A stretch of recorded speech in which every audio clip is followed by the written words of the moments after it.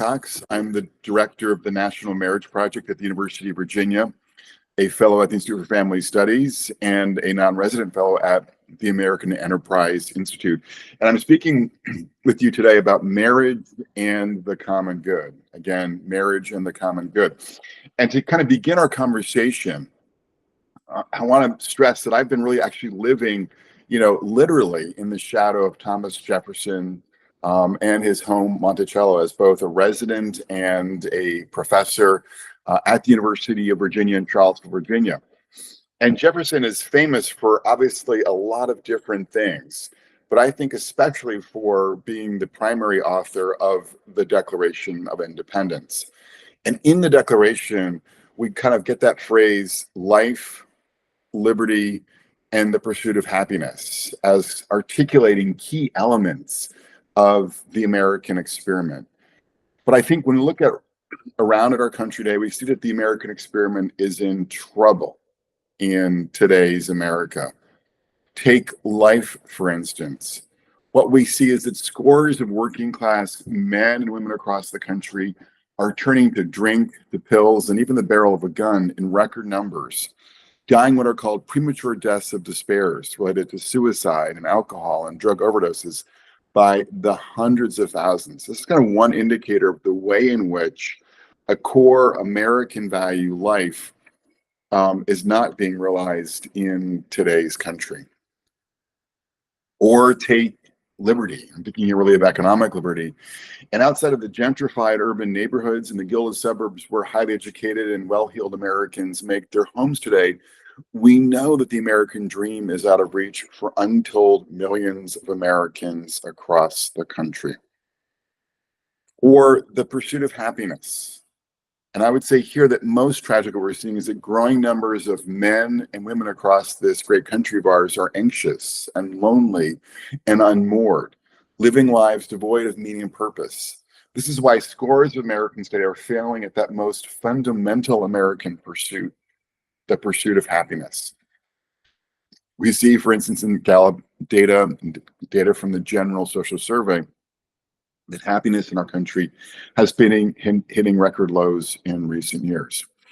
Now, when you kind of look at these problems from the academic perspective, from the mainstream media perspective, I think that you often would imagine that the biggest factor driving outcomes like the ones that I've just covered is something like, economic inequality, for instance, but it's not. Or you might think it's maybe, about failing schools, but it's not. Or you might think it's about something to do with race in America, but it's not. What we see in these three things that I've just touched on in terms of life, the liberty, and the pursuit of happiness is that marriage and family is really the biggest factor in helping us to understand what's happening here in our country.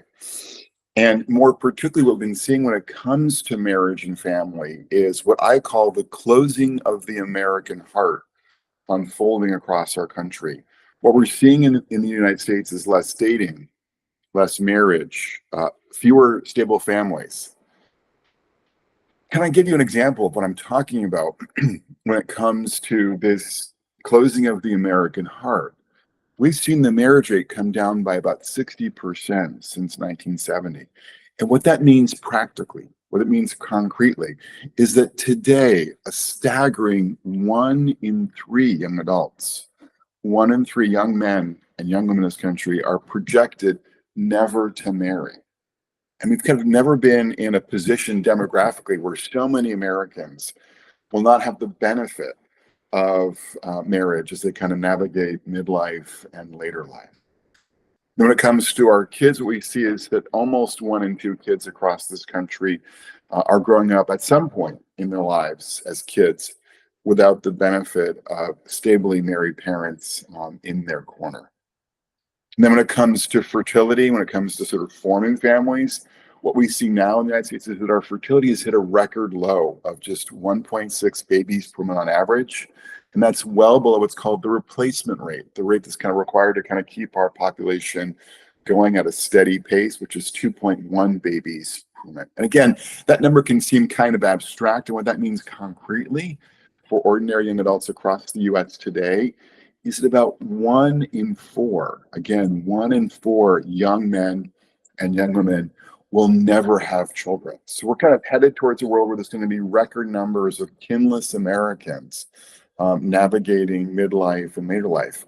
And then we see, in terms of the kinds of outcomes that I discussed earlier in my presentation to you, that the number one factor when it comes to understanding why happiness in America is coming down, why fewer Americans are realizing that classic pursuit, the pursuit of happiness, is that there are fewer Americans who are married. I'm referring, for instance, to the work of the Chicago economist, Sam Peltzman, who said that, quote, the recent decline in the married share of adults can explain statistically most of the recent decline in overall happiness. So again, less marriage means less happiness for Americans across this country of ours.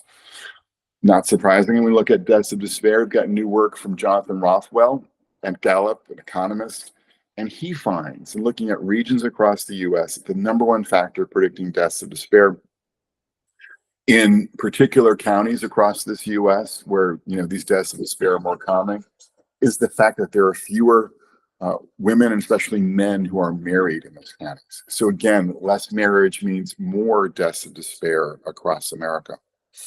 And then when it comes to the American dream, we have work from the Harvard economist Raj Chetty and his colleagues. And what they look at is what predicts why some communities are more likely to foster that classic American dream story, kind of the rags to riches trajectory, where you go from being poor as a kid to being affluent as an adult. And what he finds is that communities where there are lots of two-parent families are way more likely to foster the American dream than communities where there are lots of single-parent families. So this is why we see, for instance, that kids growing up poor in Salt Lake City are way more likely to realize the American dream than kids growing up poor in, say, Atlanta, for instance. And again, the big factor there in Chetty's work is the fact that some communities have more single-parent families. By contrast, others have more two-parent families. And kids are more likely to thrive and to do well economically when they've got the benefit of being surrounded by lots of strong and stable families. So again, what I'm suggesting to you today is that what's sort of happening on the home front has a lot to do with what's happening on some major American challenges today. So if marriage and family are so kind of important for us, what explains why? Again, what explains why marriage and family are struggling today? Why there's kind of this closing of the American heart? And I think one of the factors that we see is that in so many of our elite precincts, in the media, in the academy where I work, and now in online platforms, there's a kind of Midas mindset that's being articulated to the broader public that wants to privilege basically freedom, individualism, and especially work as kind of like the most important things. So this Midas mindset discounts the importance of marriage and family. Fulfillment, we're told, is to be found in a rewarding career, in money, and freedom from all of the encumbrances of family life. In other words, it's about mammon, not marriage.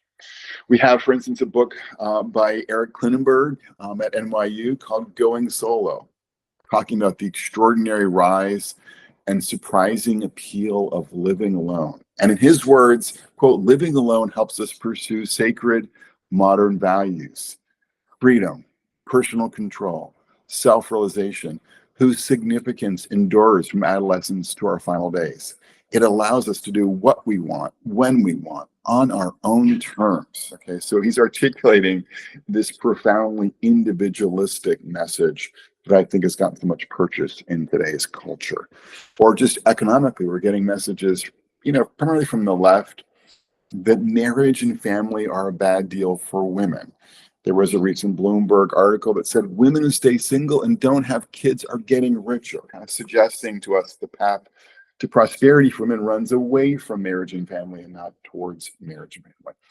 Now, if I was to kind of just talk to you about the way in which kind of left-leaning, journalists and academics are decrying, marriage and family from a primarily kind of feminist perspective, wouldn't be probably all that surprised. What is kind of striking today about our online culture is we're now getting kind of voices from what's called the red pill right. People like Pearl Davis and Andrew Tate, who are kind of arguing to men, targeting men with this idea that marriage and family are a bad deal for men. And they say that because there's rampant divorce, men should steer clear from marriage and so focus on making money, getting strong, and using, but not investing in the opposite sex. In Andrew Tate's words, of course, he's a major sphere influencer. He says marriage has, quote, zero statistical advantage for guys. So, and there are different ways. We have voices now from the left and the online right telling adults that they should steer clear of marriage and family. And not surprising, what we see when we look at Pew data, for instance, is that a large share of Americans think that education, money, and especially work, are much more important when it comes to their fulfillment than marriage and family. So one recent Pew poll found that 71% of Americans thought that, quote, having a job or career that they enjoy is the most important path to fulfillment. And by contrast, only 23% thought that marriage was important. So these are the kinds of cultural influences that are pushing us away from marriage and family, and towards focusing on kind of our own brand and our own education and our own careers. But then even when it comes to kind of thinking about the cultural messaging we're getting for people who have actually made the jump into marriage and family, we're still getting messages that I think are markedly too individualistic and not sufficiently family first, and therefore not especially helpful to contemporary married Americans.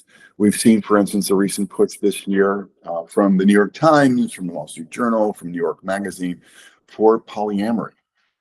There was a striking New York Times article entitled "How a Polyamorous Mom Had a Big Sexual Adventure and Found Herself." Okay, kind of telling us that we should be minimizing our commitment to fidelity in marriage. Just kind of a striking message there. Or we're getting messages from other venues kind of telling us that religion is an obstacle to kind of living our best life and realizing our best love. There was an interview, for instance, in the New Yorker on evangelical Christian men and their marriages that kind of suggested that their commitment to a more classic understanding of sexual fidelity and their moral opposition to pornography was making them feel guilty about any kind of falls from steering clear of pornography, and that was leading to more divorce in evangelical Christian circles. But kind of the bigger point that I think one would take from this New York article was that, again, that religion was not at all helpful for forging a strong and stable family in America. So kind of the idea, I think the takeaway here is that if you want to have a good marriage, you need not set foot, in a church community across America. Or take kind of, how do you handle money? What we have seen from a lot of gurus who are, working in the financial sector is that couples should steer clear of a kind of we first approach to money, instead kind of have a his and hers account. Susie Orman talks about, for instance, the value of having separate accounts in case something goes south in your marriage. So this kind of messaging that is kind of directed towards couples, I think, is pushing them in also a more individualistic direction, which isn't particularly helpful for them.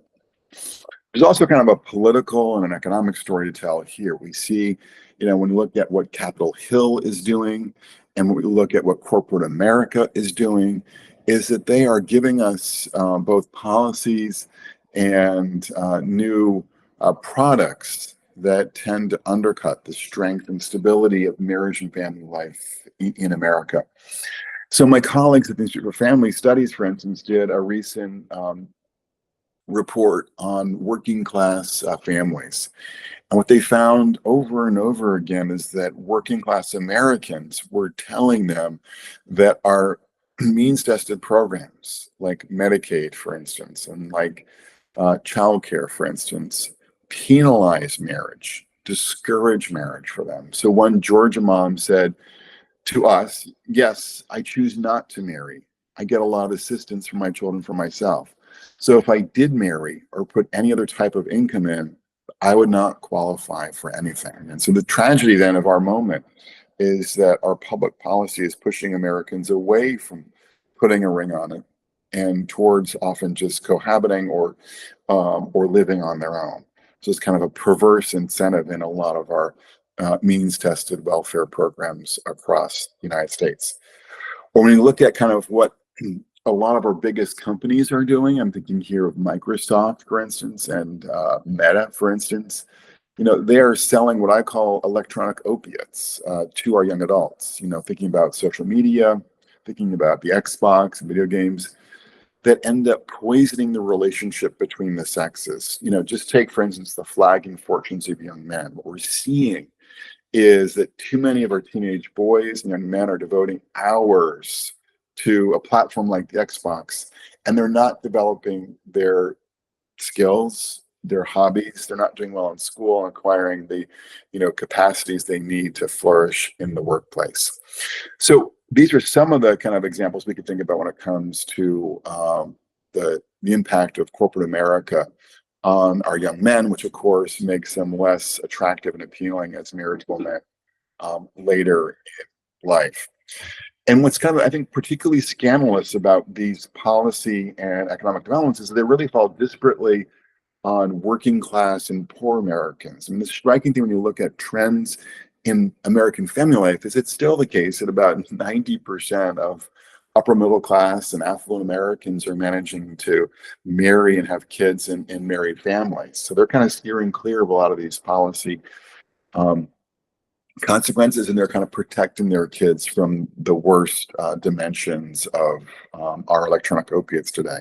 But what we're seeing again is that working class and poor families have been hit especially hard by these policy mistakes and by a lot of our largest businesses in America. So this is why, as part of my subtitle, I talk about the importance of Americans defying the elites when it comes to forging strong families.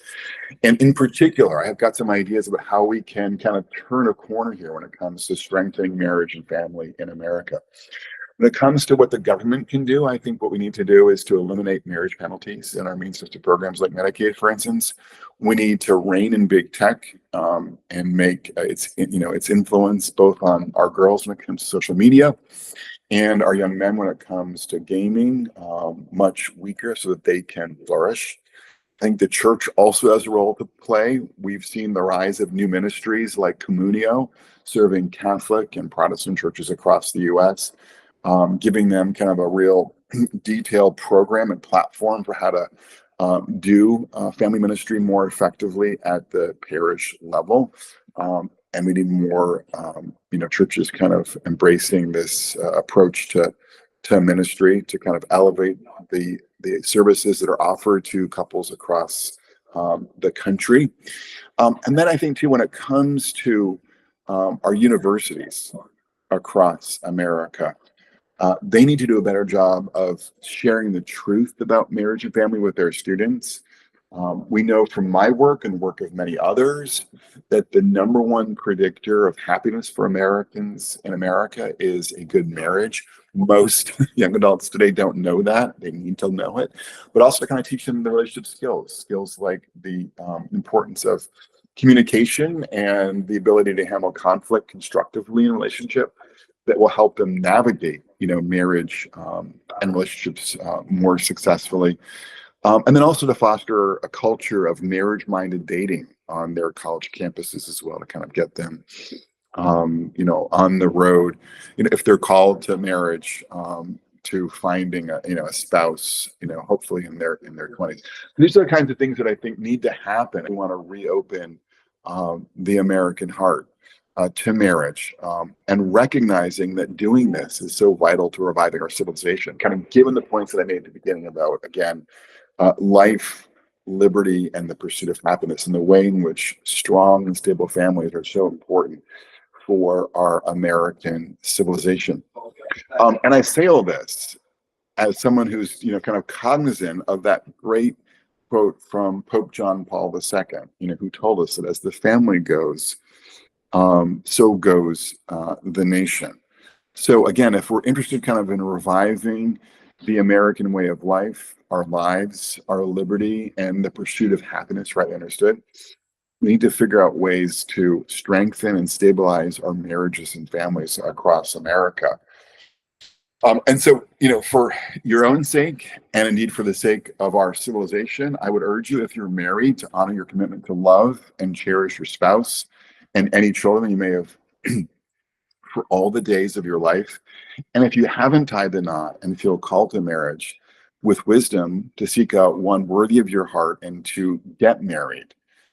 And it's, I think, one of the best decisions you will ever make.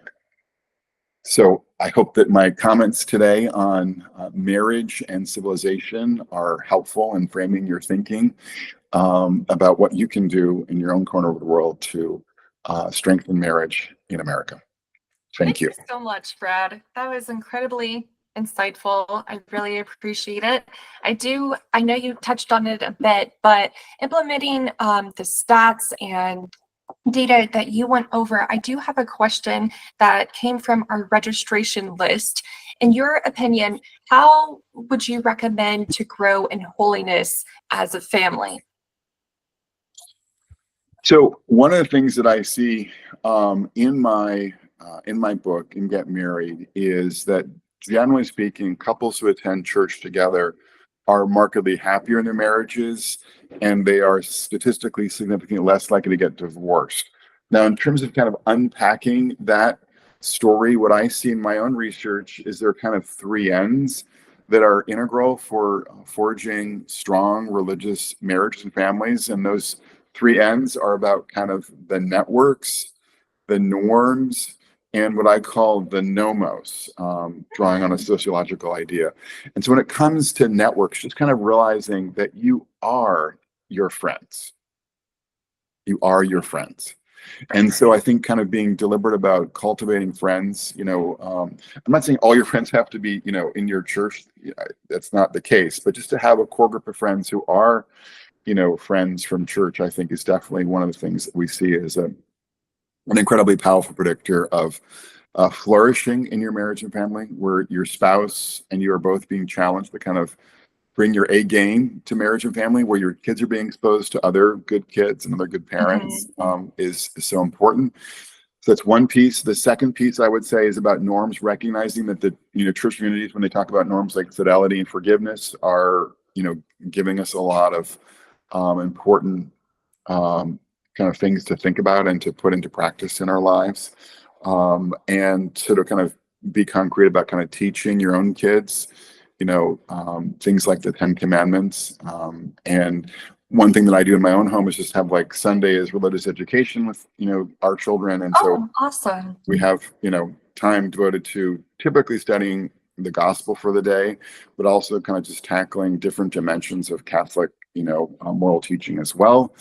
So that's kind of just an example of how the norms can play out in a given family. And then when it comes to the nomos, this is kind of this idea that there's a sacred canopy that stands above, a spouse, a parent, a family, and helps them to navigate life's slings and arrows, more successfully. So we just know people who are kind of have some kind of faith can handle things like a cancer diagnosis, the loss of a job, the loss of a beloved a grandmother, for instance.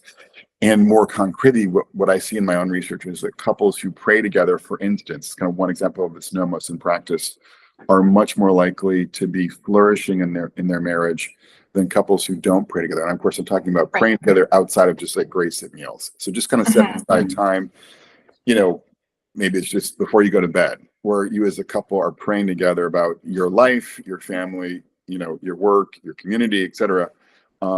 What I see is the couples who make that practice a regular basis of their marriage are a lot more likely to be flourishing. So there's some examples of, again, how our social networks, our social norms, and sort of cultivating a kind of religious nomos in our own families are linked to stronger and more stable marriages and families, in research that I've done and that I've seen done by others as well. Yeah, absolutely. Yeah, thank you. And people who want to continue this conversation or learn more from you, how can they reach you? How can they contact you?